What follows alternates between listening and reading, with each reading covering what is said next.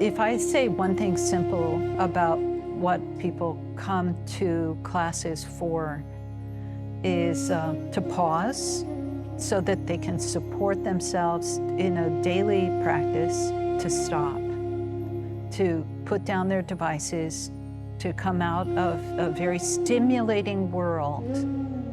And you know what people would like in that pause and perspective is a sense of interconnectedness, calm, a sense of ballast where they feel like this is a really unstable world. We don't know what's going to happen next.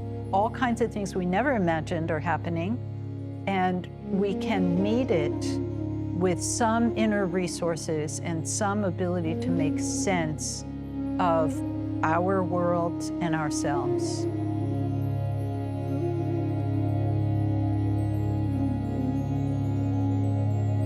How about I introduce her?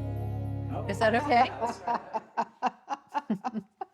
So this right here is Tenzin Jessie. When I met her in Dharamsala, I was impressed that she had a good handle on classical Tibetan, and so she taught me how to read it, and I convinced her to be my tutor.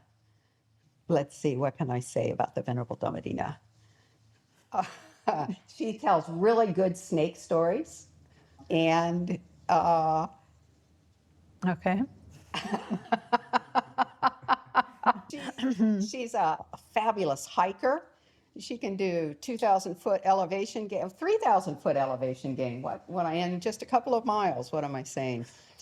This makes me sound like Superman. Tall buildings in a single bound. Just like that, just like that. My name is Tenzin Jessie, and I'm one of the two founders of BodhiHeart Sangha, which is a small Dharma center here in Seattle, Washington. And with Venerable Dhammadinna then in 2006, we came back from India and founded BodhiHeart Sangha in the tradition of His Holiness the Dalai Lama.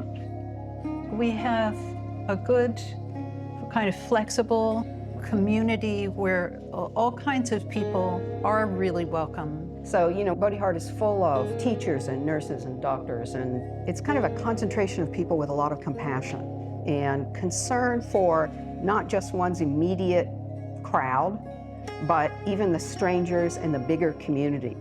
When you have people like that coming, it gives a lot of incentive and a lot of sense of urgency to the transmission and the sharing of Dharma, because they're coming with their own sense of urgency. They're carrying a lot of responsibility, and they want something that will give them a sense of anchor and stamina, and they're exciting students to teach.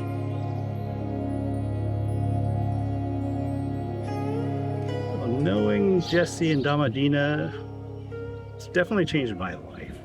I can tell you after my first meditation retreat with them, I had been casually meditating before the retreat, but I have ADHD, and when I went back to work, the first day I was able to just so focus, and I was so astounded by being able to do that.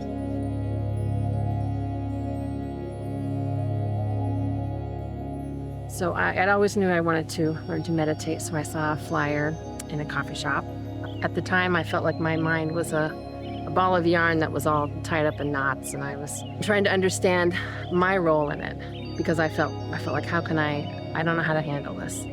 But then I learned, oh, I can understand my role, and by understanding my role, I can change my circumstances.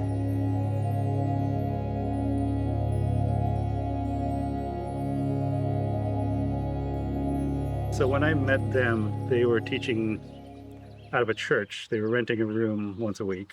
So I think they were going to build the Gampa so they could teach out of the Gampa. A Gampa is it's just a Tibetan word for the meditation space. When we first mentioned in a class that we might do this building project, one of the guys came up to us afterwards, it was Arthur, and said, I build houses. I have a van. I live right down the street from you. We had electricians, we had plumbers, we had architects. We used to say that we have more Dharma students in our Dharma center who can handle a nail gun than in any other Dharma center in the country, because they all came.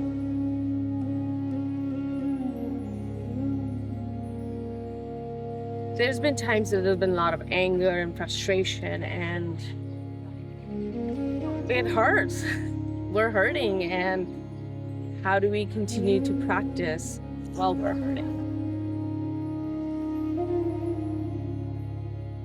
I think a lot of people are coming to Dharma class with a lot of anger and a lot of anxiety and fear. That's what the Dharma is for. And you could talk about the First Noble Truth, that there is suffering, and this is a suffering world, and there's a lot of upset, and those upsetting emotions are part of what move you into, I need to work with this. And with that as a starting place, the flow of impermanence is such that nothing is going to stay the same. So if it's really bad, well, there's a possibility with how you show up here and now that you could participate in something that will make a change.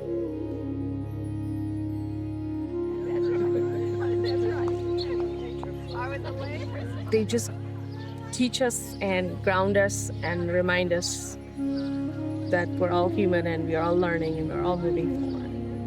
We might disagree about so many other things, but about BodhiHeart, I amazingly agree about the curriculum, the students.